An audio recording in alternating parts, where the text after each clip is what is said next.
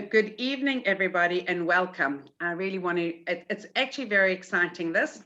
And we'd like to say that the book, the newly written book, not just a partnership, okay? I can't change it and call Dr. Mr. Todd, so I just have to say good evening and welcome to both Rabbi Jacobs and Rabbi Lynn. It is an absolute privilege to have you both here.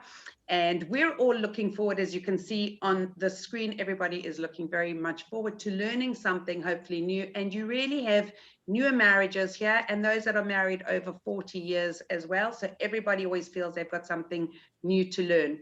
Rabbi Birnbaum, the rabbi of the Siege Shul, who is going to be helping after to take all your questions for the time that we will have. And somewhere on screen is also Rabbi Aaron Litwin, who is here from Manchester. So we thank him for being with us. And I just have to say thank you to Tsipi and also to my granddaughter for helping me with the packages today, and to everybody for actually joining and being here. And you can see our numbers are growing and growing. So I am going to hand over to both of you now, because they came to hear you and not me. Okay. Thank you so much. Wonderful. So just the Jewish idea is that before you begin to speak or give a class, you have to thank your hosts. Rebbitzin Dove, I've known for too many years, way back when.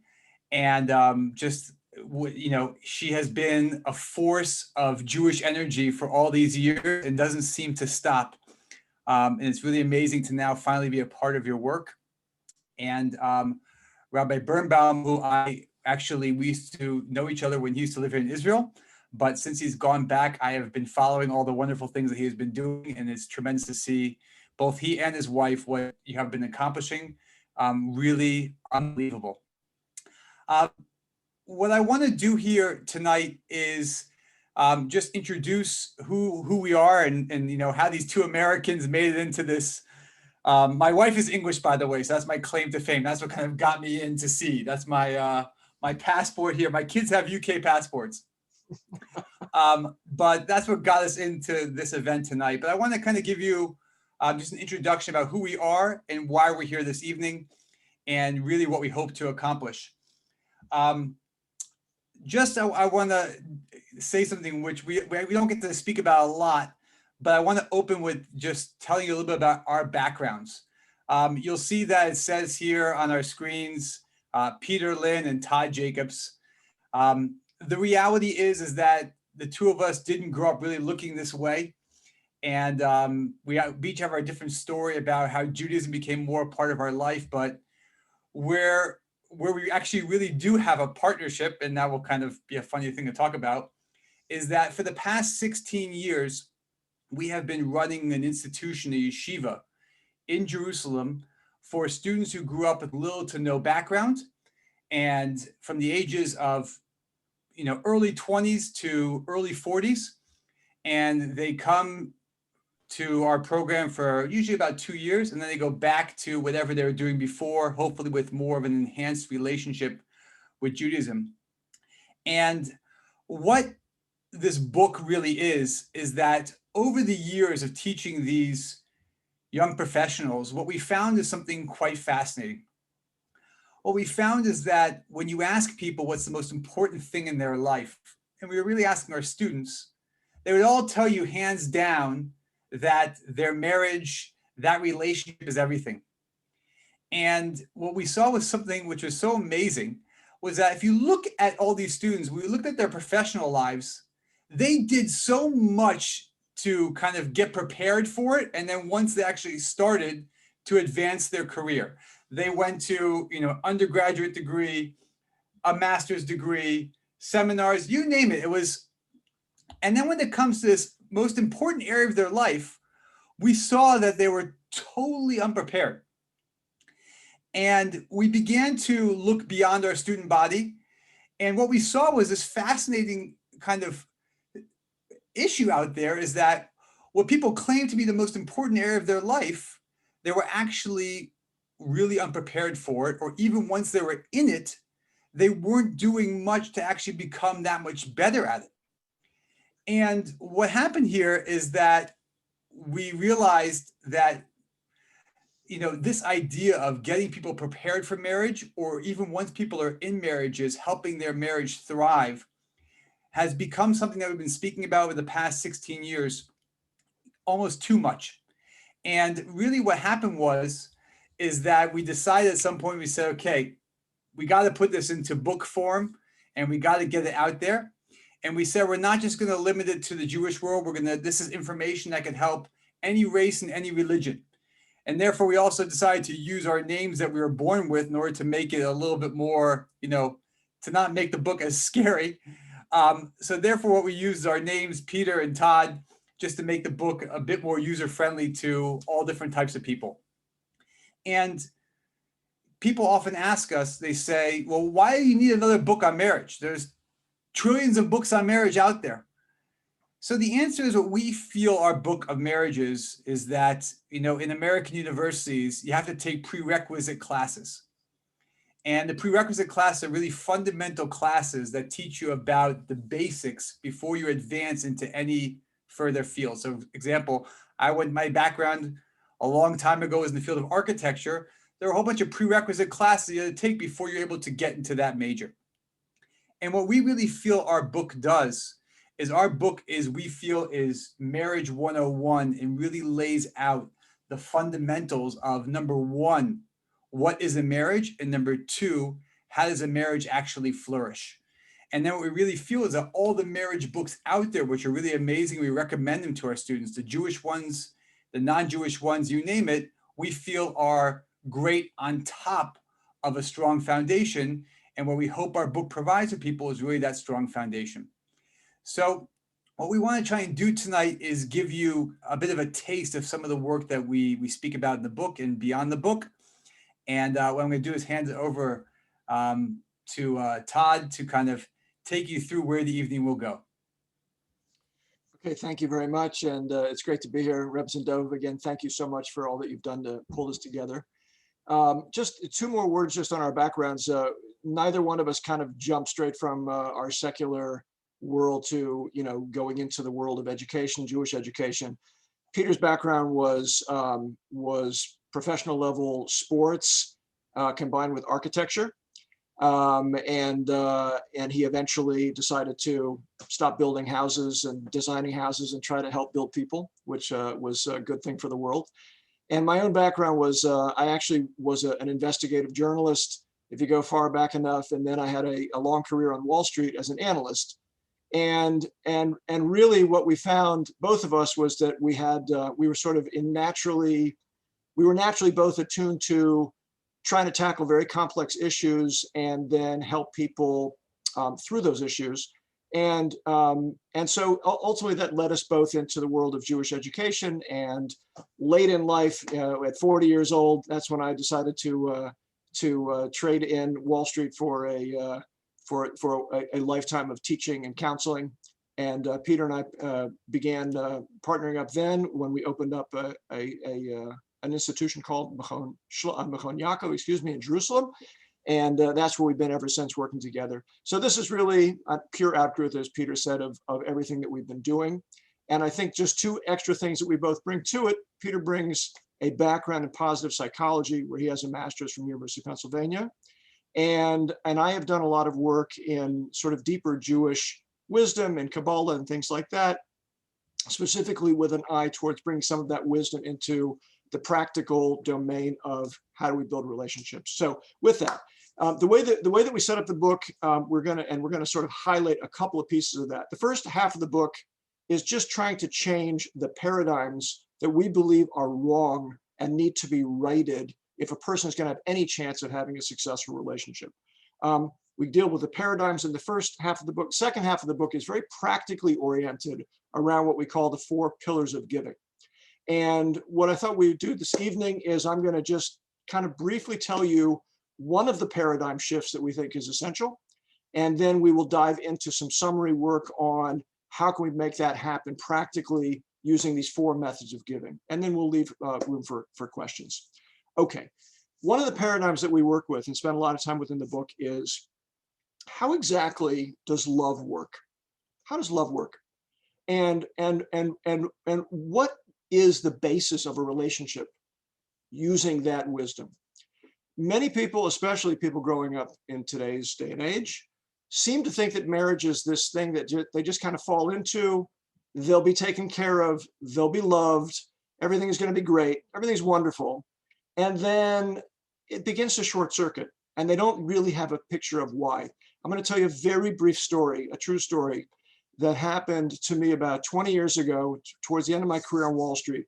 I was on a private plane flying around the country with 3 senior analysts from JP Morgan, where I was leading a team, and 3 senior consultants from McKinsey and Company that had done a big joint research project with us.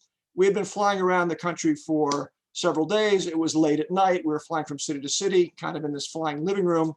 And in the midst of, kind of chatting, and we had really gotten to know each other quite well over the course of the research and then especially traveling together for a week or two. One of the young analysts said to the group, he just started complaining about his marriage. And he said, I was really in love with my wife and everything was really great. And she was like so great with me and she took care of me. And she really was an awesome person to come home to. There was dinner and there was this and we had fun together. And he said, I just find that she doesn't do much for me anymore. And I'm just, falling out of love with her. And I'm really kind of angry and kind of frustrated and kind of disappointed. And, all the heads were kind of going, yeah, we know what you mean. And I said to him, I'm sorry to tell you this, but perhaps you just have a completely backwards idea about where love comes from. And he sort of was taken aback, and all the heads of these, this was again a hard-boiled, senior group of, people, really smart, really decorated. All the heads turned over. They were like, what are you talking about? So I said, well, there was this old rabbi in the Jewish world. His name was Rabbi Dessler. And he wrote a long essay about love. And what he basically proved, well, first he asked a question. He said, why is it that parents love their kids so much more than kids love their parents? Why is it that teachers care more about their students than students care about their teachers? Why is it that if you give a child an incredible Lego set already assembled, or you offer them a little set which is unassembled and they can assemble it themselves, why do they like that little one better than they like that big one? Why do people love the plants that they take care of? Why do people love their dogs? Why do people love the house that they built? And Rabbi Dessler said it's very simple. It's because we get the paradigm backwards. He said people think that I will love based upon the person giving to me. The more they give to me, the more I will love them. And he said it's completely the opposite. He said, really, if you look at what the sages have to say about this and you look at experience itself, you actually learn that you love where you give. The more I invest in the other, the more I will love the other. Just like investing in a plant, a dog, a house, or in the world of marriage, when I invest in my spouse, when I invest in my child, in the relationship world. The more I invest in the other, the more I find myself in the other, the more I love the other. And that is really the secret to all loving. If you feel like you're falling out of love with your spouse, you feel like love is flat, start giving. And that is a paradigm which is just, if you get that paradigm right, you can reorganize your entire marital experience around that principle, and things begin to change. If you get that paradigm wrong, then you wind up in the mode of selfishness. What are you doing for me? You're not doing enough for me. Look what I did for you. You're not doing it for me. And then you wind up in that negative cycle that so many people fall into. Just by the way, just the quick statistic, about 50% of almost everybody will marry. Almost everybody marries at some point in their life. About 50% of those marriages wind up in divorce. And our question is, okay, and if you're a part of that lucky 50% that happen to get married and happen to stay married, how sparkling and happy is your marriage? And unless you can answer, it's amazing, it's the center of my being, it's the center of my happiness, it's exciting, it's still fresh, whether we've been married for 5 minutes or 5 months or 5 years or 15 years or 50 years. If you can't answer that it's an amazing thing and I love my spouse more today than I did yesterday, then you got the paradigm wrong and we think that you need work. So that is kind of our starting place with a major paradigm that needs shifting. And if you get that right, you can begin to get your marriage right. I'll hand it back over to Peter to start with the 4 pillars. Okay, so where the book goes into is, if the whole PDF manual of a marriage is based off of giving, So we have to get creative as far as what should giving actually look like. And what we do in the book is we go through 4 pillars of giving. And what we're going to do is go through all 4 of them and give you a taste of each one. And then again, we'll hand it over to Rabbi Birnbaum to field some questions. So we're going to take you through all 4 of these right now and give you a little bit of an insight into them. Okay. The first pillar is the idea of keeping it fresh. And all of us know very clearly that things get old, whether it's the world of technology, whether it's your clothes, whether it's inspiration, whether it's you name it, things get old. And we're always drawn towards things being fresh, things being new, things being exciting. And that plays out in all areas of our life. And where that plays out a lot is in the world of marriage. And that can become a real issue, because when a person starts feeling that this is just stale or it's not going anywhere, or what happens to that freshness, that can lead to a real downward spiral and lead to lots of frustration. And the question is, are there things that you can proactively do in order to keep your marriage fresh? And the answer is yes, there are things you can do. And I want to give you maybe one kind of idea of how to make that happen. And again, just to make sure we're clear, these pillars that we're speaking about, we have seen them work with couples at the beginning of their marriage, couples who've been married for years, across the board. It's quite unbelievable. So one of the things that can be done in order to keep your marriage fresh is we speak about the world of vacations. Now, when you speak about the world of vacations, everyone rolls their eyes. Vacations are basically too expensive. They never happen. You can't find a babysitter. There's a pandemic. You name it. It's just, and everyone's waiting for that epic vacation when you're going to go away finally and have those 2 weeks somewhere. For most people, it's never going to happen. And it's, you know, we'd be telling you a lie if we said that's what you should try and shoot for. But what we have found is something called the mini vacation. And the mini vacation is quite awesome. And I know it's quite locked down right now in England, but hopefully within quite soon, you can be able to actually execute this. But the mini vacation is something way different. Imagine you have this. You have a couple that they both work in the city, okay? And what they do is they both go to work. They get a babysitter for the evening. And what they do is they meet after work, a nice dinner somewhere, okay? They get a hotel room in the city somewhere, stay overnight, next morning, back to work and back to life. So you're talking about maybe a 10 to 12 hour maximum vacation together. And what we have found is that when couples can go out of their way to actually make this happen, it's a total game changer. And what's actually interesting, the research shows that instead of waiting for that one big vacation in your life, where you're going to gain way more well-being is in lots of smaller vacations. Okay, just make sure a vacation is when you go alone with your spouse. A family trip is when you go with your kids. We're talking about vacations. And what we have found is that when couples can do this, it's an unbelievable thing, and it's actually realistic.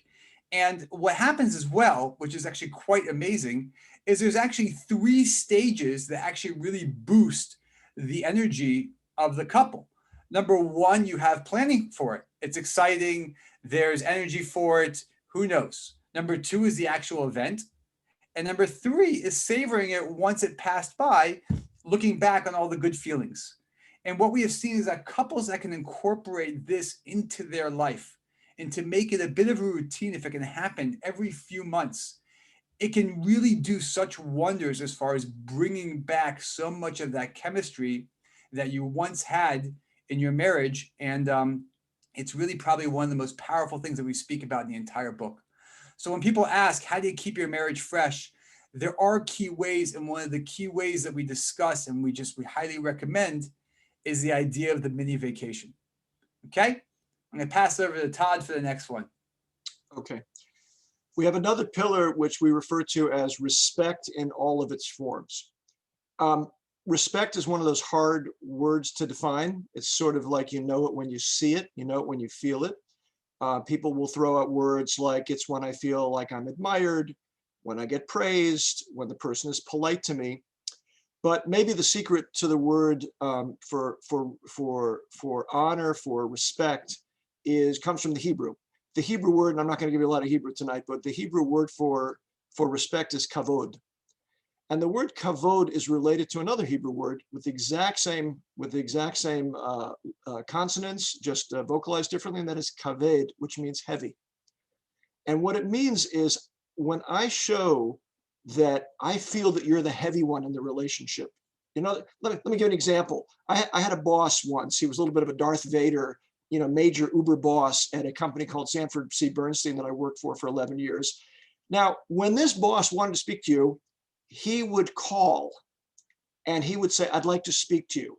Now, who went to whom at that point? Did he say, do you have a minute? Can I come and see you? No, he said, I'd like to speak to you.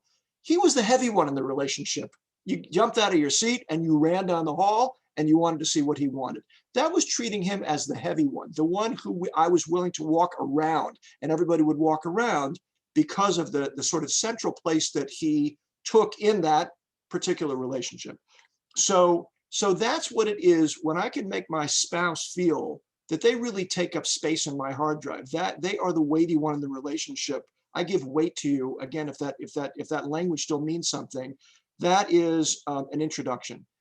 There are three primary ways that we show respect for another person, and particularly our spouse. One way is the way we speak to them. Another way is the way that we behave towards them. And a third way is the way that we spend money on them. Now, what people tend to do is get one of them right, and they tend to fail on others. So sometimes you have, like, let's take the important businessman, right?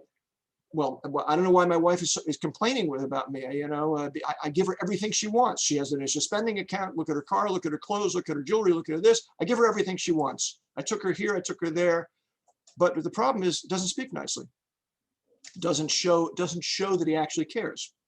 And then you have a person who might, you know, always speak politely, always speak well, doesn't get angry, is never nasty. On the other hand, is exceptionally cheap with the spouse. She with him with her. Any of these things are gender neutral, by the way, that we're speaking about. It can go either way in terms of these issues.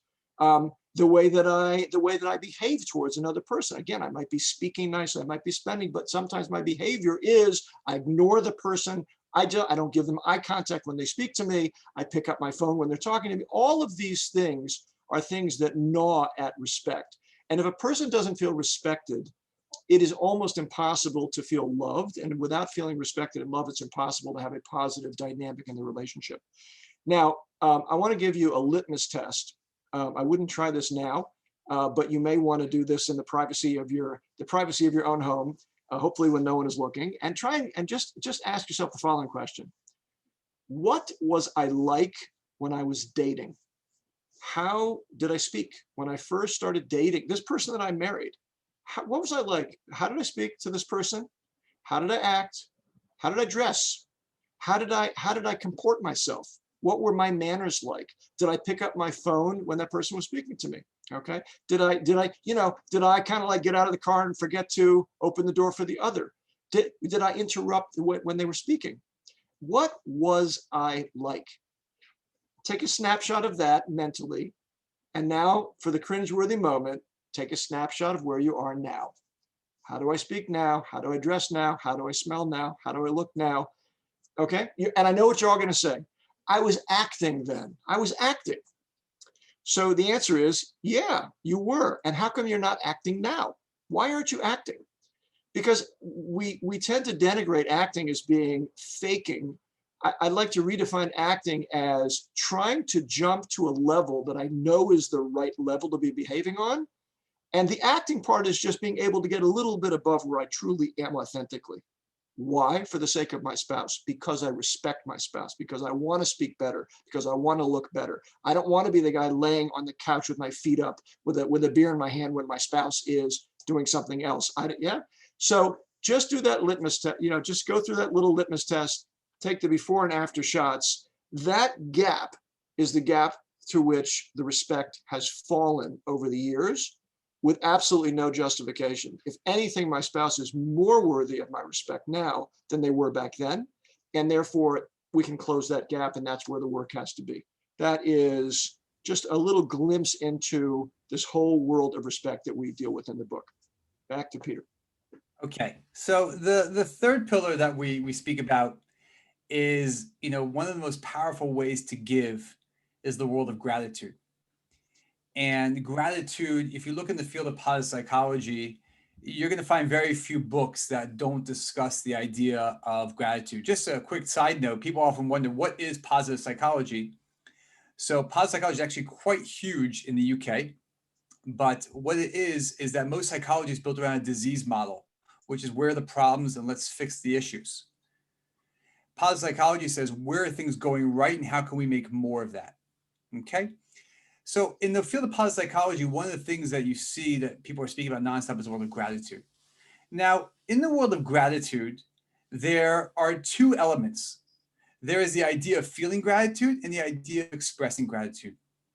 And what we have seen is that couples that can bring gratitude into their relationship, it can boost the level of happiness in your marriage tremendously, quite fast. One of the biggest problems, if not the problem, that gets in the way of gratitude is the idea of expectations.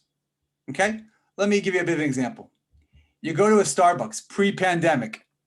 You're walking into the Starbucks, you pay for, in America, a $10 Frappuccino, and then you're walking out. And all of a sudden, someone comes up to you and running after you and says, someone who's standing in line says, "Excuse me, sir, you forgot your credit card." All of a sudden, you're like, "Wow, I can't believe it." Okay? Greatest person in the world. You take a selfie, you send a Christmas card, you tell everyone at your Shabbos table what happened. It's like the person just saved your life and maybe a few others as well. And what really happened there is that there are no expectations. And all of a sudden, this person did this amazing act of kindness and you're blown away and you can't believe it. Well, is there no place in our life where gratitude should be pouring out more than our marriage? And what happens is like this, is the world of expectations. Let me tell you how most marriages function. Here's my expectation level of what should be happening. When do I express my gratitude to my wife? When she goes way beyond the call of duty. All of a sudden she does that, an amazing dinner that I couldn't believe, or some surprise gift, or who knows what. When she acts as Superwoman, she gets my gratitude. Let me bless you with my gratitude. And when she goes one little ounce below that level, I'm a frustrated husband. Like, come on, get your act together. It shouldn't be this way. This is not what we discussed. What's going on here? And one of the crushing elements, if not the crushing element, that gets in the way of the idea of gratitude, both of feeling it and expressing it, is the world of expectations. And what we have found is that if you can begin to build the world of gratitude into your relationship, into your marriage, not about necessarily the big things, but the small things, it can do wonders. Okay? I'll give you a small practical exercise. We've taken this exercise, which is people normally use it for just themselves, but we're going to apply it to marriage. Try this. Okay? Here we are. For the next 2 weeks, before you go to bed at night, okay, take out your phone and jot down 3 small little things that your spouse has done for you that day. Not huge things. She took care of the kids or he did this. I'm talking about small, clear, practical things. It's what's called the 3 blessing exercise. You'll see that there's tons of information about it online, but we've applied it to the world of marriage. And if a person just spends a little bit of time just thinking about how much is being done for them, that's one of the easiest ways to kickstart the idea of gratitude becoming a part of your life. And the amount of tricks of the trade that are out there as far as how to increase gratitude, how to show gratitude, they're endless. But what you have to ask yourself is a basic question. You have to ask yourself the question is there a lot of gratitude, not just being felt, but also being expressed in my marriage?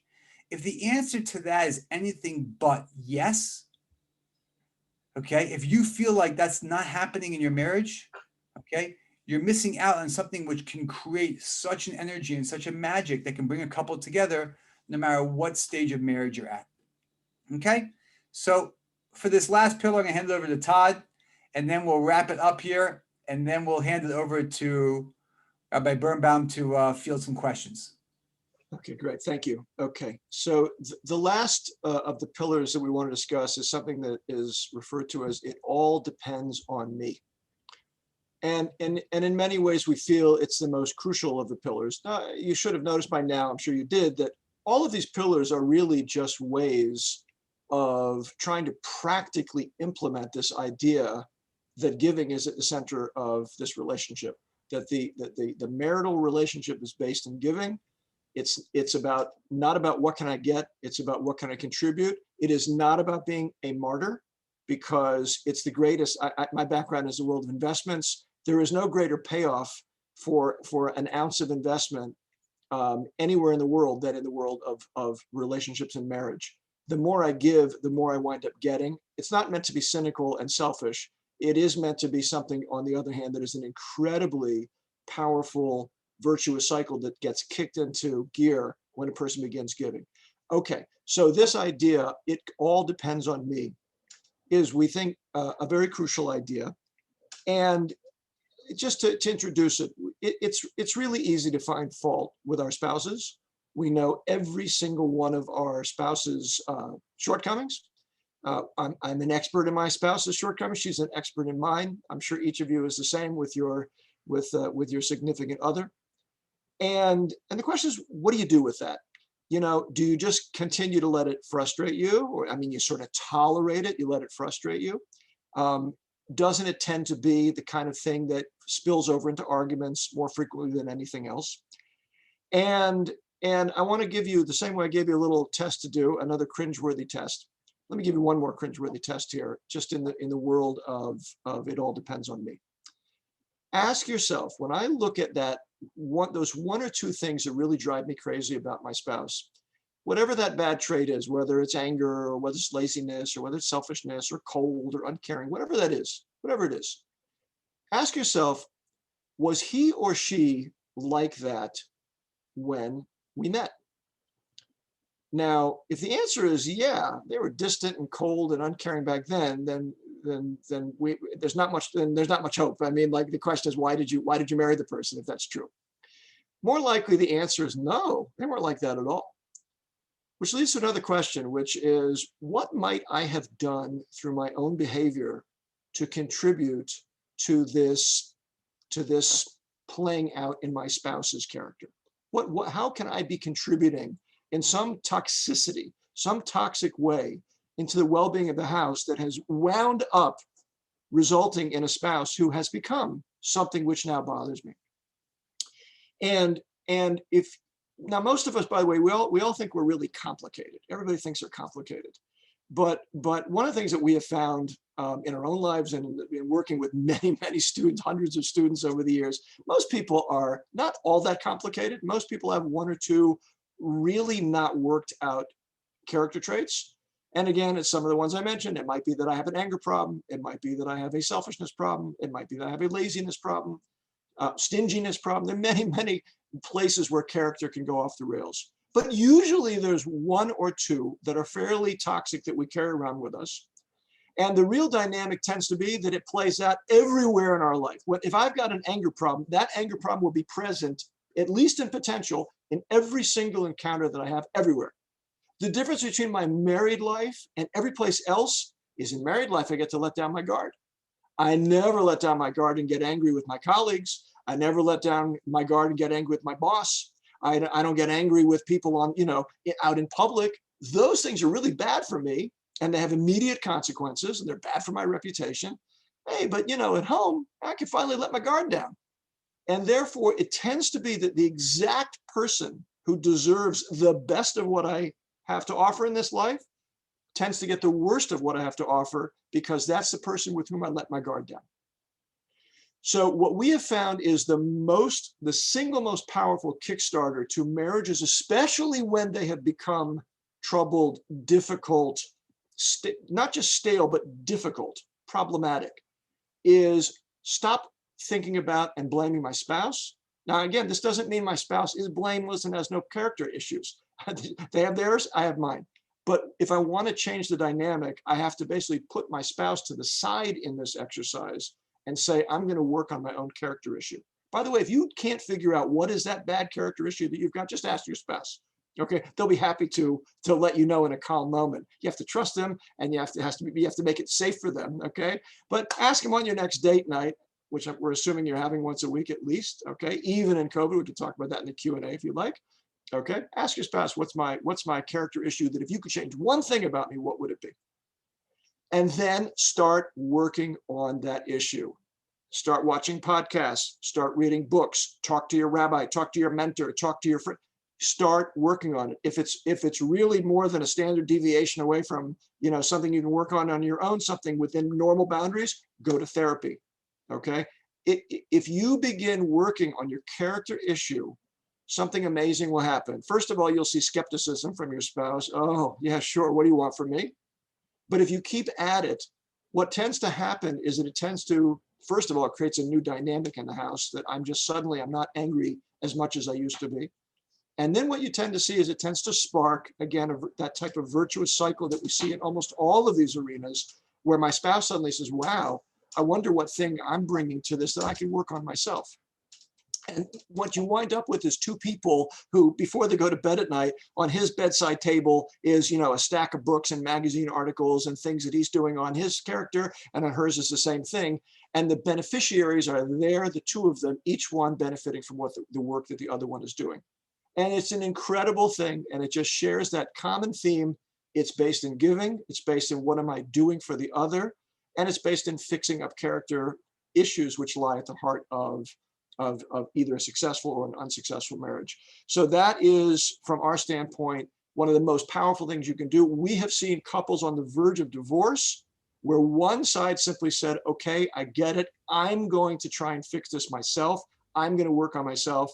Okay, and we'll see what happens. We'll see if the other person responds. A highly dysfunctional person will not, but a person who is not at the level of highly dysfunctional usually will, and that can change the dynamic in an amazing way. So that is a really brief, quick, breathless almost vision of the 4 pillars, and we dealt with obviously one of the paradigm shifts. And with that, I think we are happy to hand it over to Rabbi Birnbaum to take any questions and follow-ups here. Thank you so much, Rabbi Lynn and Rabbi Jacobs. Wow, I mean, I often come to talks and, I'm sitting there giving the talk, and here I was definitely on the receiving end of this. Just sent a message to my wife telling her how much I love her and appreciate her. so she's delighted that I went. But really, you really packed in a lot of the most important principles. Okay, so now, guys, it's question times. There's a lot of happy, smiling couples that I can see on my screen. So if anyone would like to ask questions, then please do unmute yourself. You should be able to unmute yourself. If not, then raise your hand. I have a question that was directed to me personally over here. Let me know if you want me to read that one out. And sure, let's start with that. Okay, so I won't say who it's from, obviously. It says, but the honeymoon period wanes. That first love is replaced. Is it truly sustainable? One of our favorite questions that exists out there. Okay, for this we need a little bit of Kabbalah. Okay, those of you who are majorly into Kabbalah will have heard this from the Arizal. Those of you who are fans of Rabbi Tatz will have possibly heard it from him in one of his deepest teachings. But the idea is everything in reality comes in 2 phases. There is always a phase which is given for free, which doesn't really belong here in this material coarse world. It's a lighting up of something to show you a possibility of what can be achieved in any given area. It's inspiring. It's given for free. You don't deserve it, but you get picked up by it. No sooner do you get picked up by it than it disappears, and you feel that you've been duped. And now you have to begin the hard work of being an adult and trying to work for and earn your way back to that thing. It's like a little bit like the clouds part and you get a picture of the top of Everest somehow. And then you're thrown down back to the bottom of the mountain and you're told, okay, you want to get back up here, start training, hire some Sherpas for guides, start doing the work and start doing the hard work. You see this everywhere. You see this in childhood versus adulthood. You see it for those of you who are on the religious side, you see it in the first tablets given by Moses. This is like, this is going on this week, last week, in terms of what's going on in the Torah portion. The first tablets, which were miraculous, unbelievable, but they couldn't last in this world, replaced by the second tablets, which were much more mundane, but could be lasting. Nowhere do you see this more meaningfully than in marriage, where you get a freebie called romance. You get this freebie called, I meet this person, I'm intoxicated, I am picked up by this person, I'm inspired by this person. Boy meets girl. It's every Hollywood movie only deals with this phase one. Boy meets girl, they fall madly in love. Boy loses girl, conflict. For the rest of the movie, they're chasing for trying to find each other. They finally find each other. They collapse into each other's arms, and the curtain comes down. That is exactly the end of Act One. Real marriage begins the very next day when the curtain comes back up, and now the two of them are there, and it's not so intoxicating, and they're not so blown away anymore. And usually that's the point where an immature person says, I was duped again, I blew it again, life tricked me again, God tricked me again, somebody tricked me again, another dud. I guess I got to go out and find another inspiring person. When in reality, this is the point of a choice being made. I'm not saying that every person that's romantic is the right person, but there can be that moment. There has to be a moment when you find the person who you say really could be the right one, when I now begin the work of integrating a lifetime of giving and all these things that we're talking about, freshness, gratitude, it all depends on me, all of these things, those are the things which can keep your marriage growing and getting more inspiring, but this time you're earning it. And a really great marriage is something that two people are working at. And when you talk to two people who have a great marriage, 30 years in, 40 years in, they love their spouse more than they did when they met them. And every part of marriage is better, from intimacy to you name it. And marriage does not have to be stale, and it does not have to become just something that fades from that peak that's hit when you're 22 years old and you two meet. It's just not, doesn't have to be that way, and it shouldn't be that way. It's not designed to be that way. Okay. Remember, I hand it over to you. There's another question that came in, but I'll wait for that one if you want to ask a couple questions here. No, I'm good. Is there anyone who wants to ask a question? James? Sure. James Scott? Oh, I'm now under the spotlight. I'd just like to say, I think I'm one of the lucky ones. I think with my wife, certainly she's hiding a little bit now, but I won the lottery of life. But one of the things I wanted to ask is, obviously, this is all about self-improvement and improving and keeping the love in couples. And I've noticed a lot of self-help books, certainly I've looked at over the years, and you kind of, I'll sit and understand everything, and I understand everything that was said tonight about the 4 pillars, but how do you keep implementing that? Because tomorrow you wake up and a little bit's gone, and the day after a little bit's gone, and in 3 days' time a little bit's gone. It's quite hard to push that forwards. How do you implement that permanently? So I'll try and take a crack at that here. Okay, it's a famous question about, with the whole self-help world. And what we have found is that the greatest way and the only way of how to keep things going is to stay immersed in it. Okay, out of sight, out of mind, especially in the world today where we are highly distracted. Okay, or there's a pandemic, or you name it. Okay. And we also live in a world today where we become kind of information junkies. Okay. 40 years ago, the question was, how do you get more information? And the question really today is, how do you integrate information into your life? Because getting information is easy. And what we have found is that if you want any chance of being able to make your marriage better or to implement these things, if you're not doing something to keep on the front of your mind, it's not going to work. And what we suggest doing, okay, is the world of marriage education. There should always be a book that you're reading, a podcast you're listening to, someone you're speaking to, a seminar that you're in the more you stay immersed in the world of marriage education, you're going to find that those things that you want to work on will stay at the forefront of your mind, and you'll actually be able to implement some of these things. When it becomes just another read that book, next, it's going to go in one ear and out the other ear and make no difference. And what we are always pushing nonstop, and what we have seen is that, like we always speak about, great marriages are built, they don't just happen. But if you want to make your marriage really flourish, it's got to be that marriage education is a real part of your life. And, you know, the world of technology is awesome. There's so many resources and tools out there that you could be listening to, that you could be engaged with, that you could be communicating with, you name it. So what we find is that the more you can stay immersed in it and keep it at the forefront of your mind, that's the only way you have a chance of actually being able to integrate these ideas into yourself and into your relationship. I would also jump in here that one of the things that people, I think everybody knows how important it is, but people don't do it according to the statistics that we've seen. We've seen whatever statistics there are, we've tracked down. Date night is something I think most people realize is important, but forget about the pandemic. This is all pre-pandemic research. Date night is pathetically executed. It hardly happens. And there are always reasons for it. And we take student couples that we deal with, and these are people in the throes of marriages with little kids and, you know, and 2 jobs and everything, and no babysitting or the whole thing.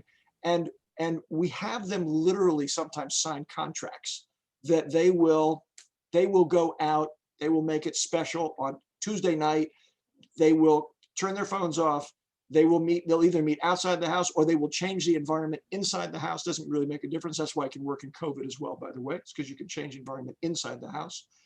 And they will dress up, they'll smell good, they'll look good, and they will spend that time together.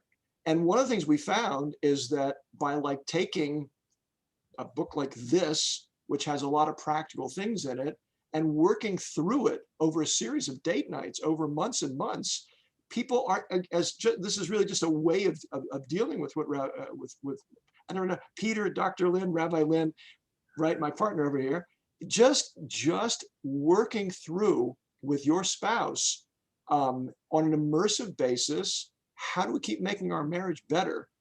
Like, who wouldn't want to participate in that? The beneficiaries are the 2 of you. And anything that I do to make my spouse's life better winds up inspiring my spouse to make my life better. And we have found that people who are just as Peter said, like just in it and working on it together. And I'm just suggesting a book is a way to kind of like, let's do a chapter each week, and let's come back and let's see how do we do. Let's just focus on one item. By the way, we gave you 4 pillars. Each of these pillars in the book is tons of ideas. You got to focus in one place. Sit down with your spouse and say, what do we want to work on? Should we work on gratitude? Let's just start working. Let's see what we can do over the next week. We'll do the 3 blessing exercise over the next week. And let's see where we come back to. And let's sit down. You can go from one thing to another, to another, to another. And it's a total game changer. And by the way, Rabbi Birnbaum, there's someone who said here, just one of the questions that she sent, I think directly to me, what if you don't feel your spouse deserves you to put in so much time and effort to change yourself and give so much more of yourself when secretly you feel they are the real problem? How do you get past that kind of resentment? Can we throw this in here in this context? Great question. It is an amazing question. And I think almost everybody feels that the spouse is usually the problem. Most of us, you know, there's a famous statement in the Talmud which says, you know, people always feel that what they do is right. People feel, you know, like basically just in their own eyes, almost always, unless you have a psychological issue where you always feel guilty, which is not healthy, not normal. But I think that our point is that falls. Nobody's asked the question, why is this book called Not a Partnership? Right? Like, we all think that marriage is a partnership. It's the greatest partnership in the world. The spoiler alert is, when it's done properly, it is the greatest partnership in the world. When it's done improperly, what it is it's the same reason partnerships fail in the world of business, which they usually do. They fail not because they have bad business plans, not because they have bad assets. They fail because the partners stop trusting each other, and the partners start looking at each other and feeling, I'm doing what I'm supposed to be doing, and I've got my rights and my demands on you in terms of what you need to be doing to fulfill your side of the bargain. that toxic aspect that comes into a relationship crushes the real partnership. That was the reason they came. Usually they came together because they saw what beautiful music they could play together. That's what they thought. And instead, I'm looking at myself as playing perfect violin, and you're playing really crummy trombone, and you're not holding up your end of the bargain. So always we're going to feel that our spouse is the reason that things are falling apart in marriage. Our point is the only way to change that is to say, I'm going to ignore it and I'm going to focus on my own character, and let's see what happens. Let's see what happens. And by the way, you might be right that your spouse might be more than 50% of the problem, but it could be that that will all change once I start showing how much I care and how much I'm willing to invest.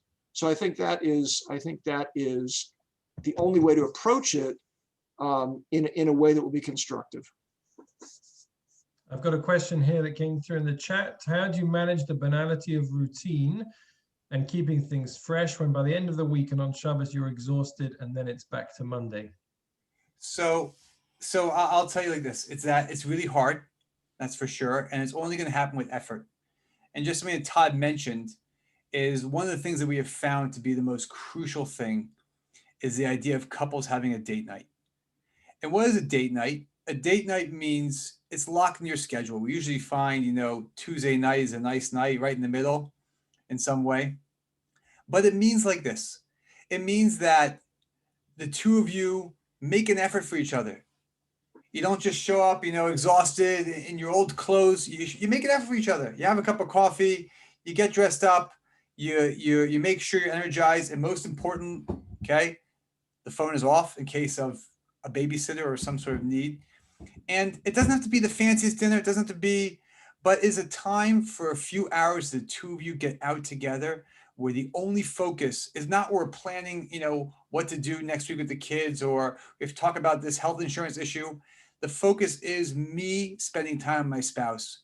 And what we have found is the greatest way that can keep your marriage fresh and can infuse a certain energy into the mundane is when people bring date night into their life. Now, just maybe another question on top of that. Well, people ask the question, well, great, nice idea, but the reality is we are in a total lockdown with millions of mutations, and now what? Okay. And it's fascinating.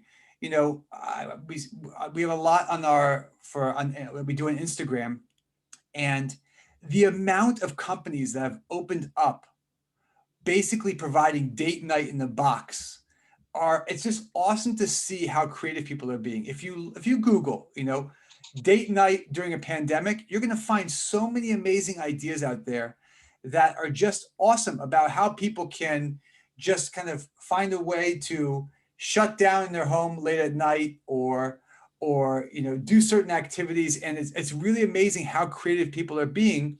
The biggest problem people have is that they're saying, well, I guess we're in a pandemic and forget about it. If there's a time when our marriages need more attention, if there's a time when our marriages need more effort, it's now. Because the reality is, this is all we have right now. This is the most important relationship in front of us, and we're with that relationship 24/7. So it has to be our focus. And for those people on this, on this class tonight with children, if you look at a lot of the research, the greatest thing you can do for your children now and during regular times is the more your marriage is in a great place, the spillover to your children is absolutely awesome. I'm sure Rebbitzin Dove has taught trillions of classes on raising children, and I guarantee that every single time she'll speak about the importance of having a great marriage and the powerful impact that can have on raising your children and creating a home of real well-being. I would just add on the pandemic question. For better, for worse, at least in the United States, liquor stores have been defined as, an essential business that must remain open no matter what, which means that you can still get a bottle of wine. In Israel, they closed everything, but they have something called takeaway, which means that you can actually get a pizza. You can order a pizza in. A date night does not have to be, I don't want to borrow from other religion. It doesn't have to be a Hail Mary. Okay. It doesn't have to be like, as Rabbi Lynn was talking about with, the huge vacation. A date night has to be, we change the environment around ourselves and we focus on each other with intense focus. and intense respect. And we do what we need to do to make that happen. And it brings in many of the things that we're talking about here. Again, it's making sure that I look and smell and am groomed and, you know, and awake and polite the same way I was when we first met. I can fake that for a couple hours on a Tuesday night.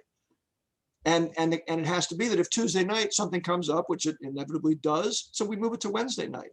We keep it a priority. And that can be done in the context of the pandemic without leaving your home. Change the lighting, right? Incandescent is better than fluorescent. Candles are better than incandescent, right? Music is helpful. Phones away is critical, as Rabbi Lynn said, and make it so that you bring pizza in, or you bring Chinese in, or you bring whatever it is that doesn't require any work, and the two of you have a date. Your kids can be snoring away in the room next door. And it may have to be that you wait until your kids are in bed or whatever it is, but there's always a way to do it, and you steal time from the environment that you're operating in, and you're doing it for each other. And you can't lose when you come to it that way. It just can't. That sparks interest, that sparks freshness, and it can do it every single time. You know, I can only see a few people on my screen here. I'm probably amongst the older set here. And by the way, nobody benefits from the fact that I'm involved in marriage education all the time. Nobody benefits more than I do. Going through these books over and over, year after year with our students, I'm always in the world of marriage education, and it's just a different universe when you think about it and you work at it and you have it on your mind.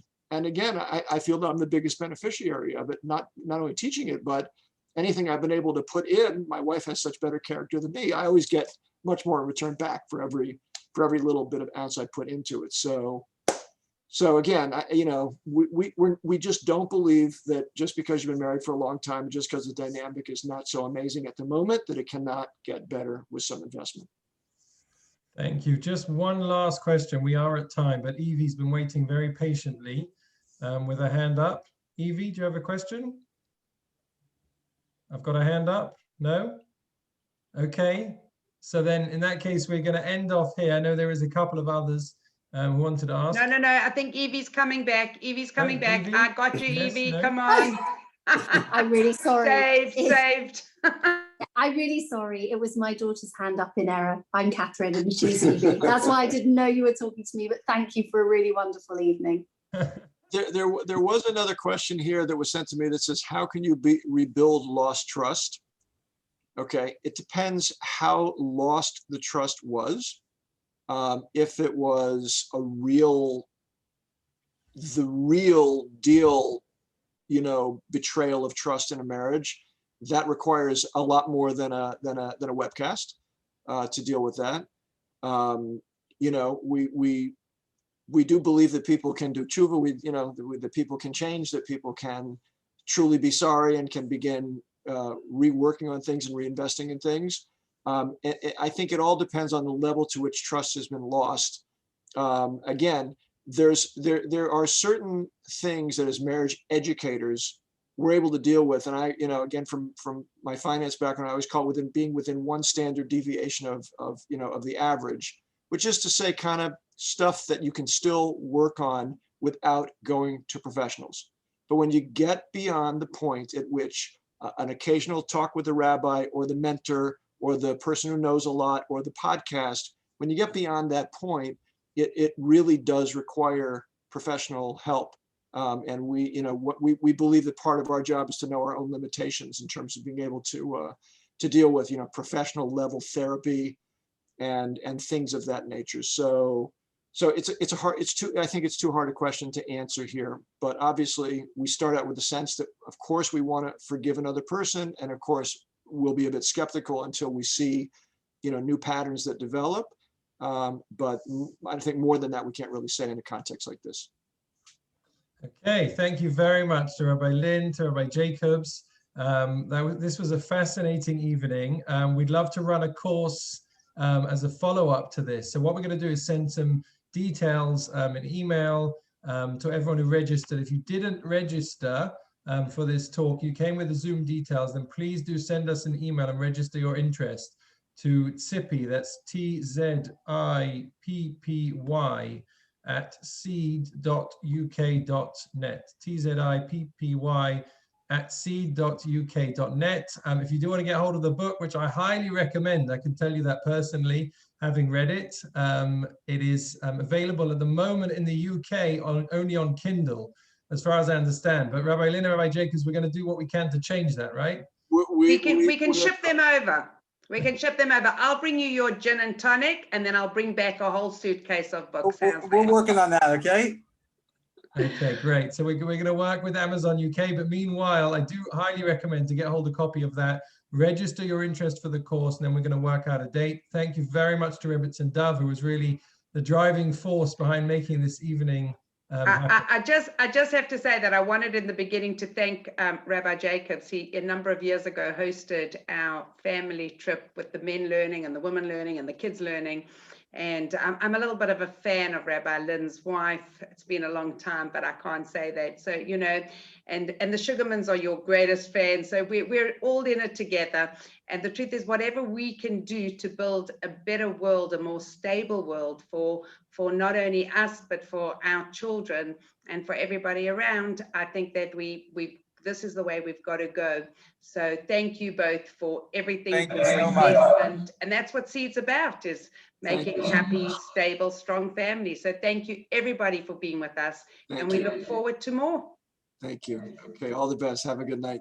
Thank you. Good night. Thank you.